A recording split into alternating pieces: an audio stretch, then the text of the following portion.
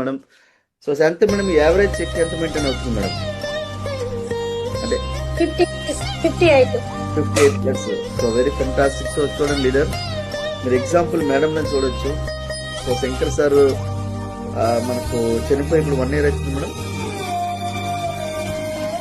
1 year అయింది sir. 1 year అవుతుంది.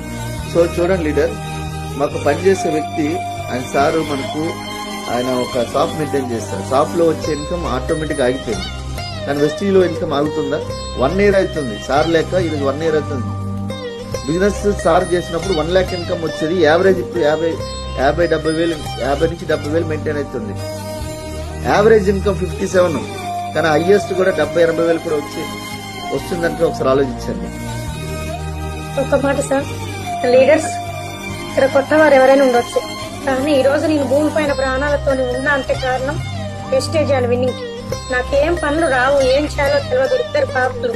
కానీ ఈ రోజు నా పిల్లలు చదివించగలుగుతున్నా, ప్రతిదీ నేను చేయగలుగుతున్నా అంటే కారణం that is power of wastage.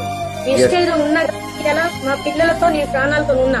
ఈ ప్లాట్ఫారం అంటూ లేకపోతే ఇలా మా 3 ప్రాణాలు కూడా ఉండకపోయే సార్. ఖచ్చితంగా చెప్తున్నా సార్ ఈ మాట అయితే. నేను మీ సార్ మెయింటైన్ చేస్తే షాప్ ఉండదు కదా మేడం, మనకు అక్కడ ఎంత వచ్చింది ఇన్కమ్ అక్కడ?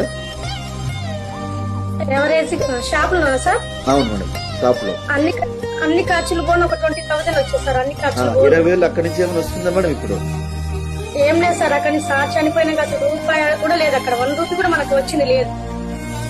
ఎస్, చూడండి ఒకసారి లీడర్స్, సార్ యొక్క మాట్లాడు సార్ యొక్క జీవితం ఒకసారి ఆదర్శం చూడండి. మనం అన్ని రోజులు అన్ని మన కంట్రోల్లో ఉండవు.